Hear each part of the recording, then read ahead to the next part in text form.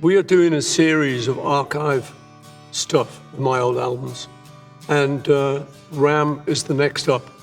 And we have been working on it for a while. And what I wanted to do was kind of give a nod to the period when it was created. And my memories from that period are quite hippie. It's quite sort of Glastonbury, man, you know, beards and stuff.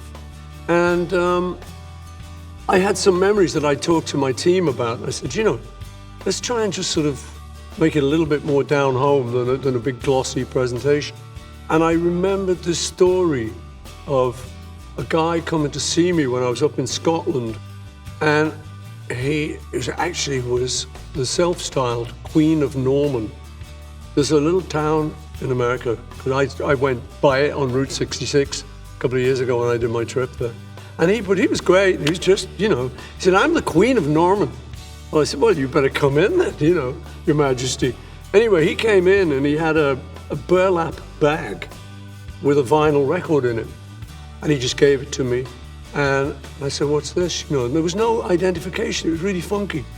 And it was Butch and the Snake Stretcher, which turned out to be Roy Buchanan.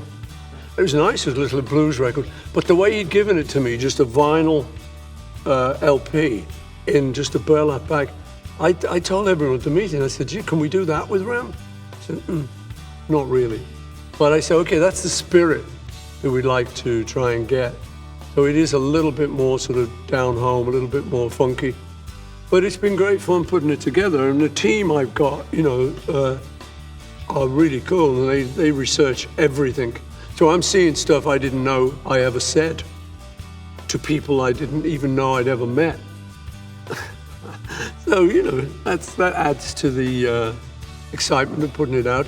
I think it's a really, really good package. And it's nice to hear the album after all these years, because I have seen people through the years say, my favorite album, man, Ram, I love that album. But so it's nice to revisit it.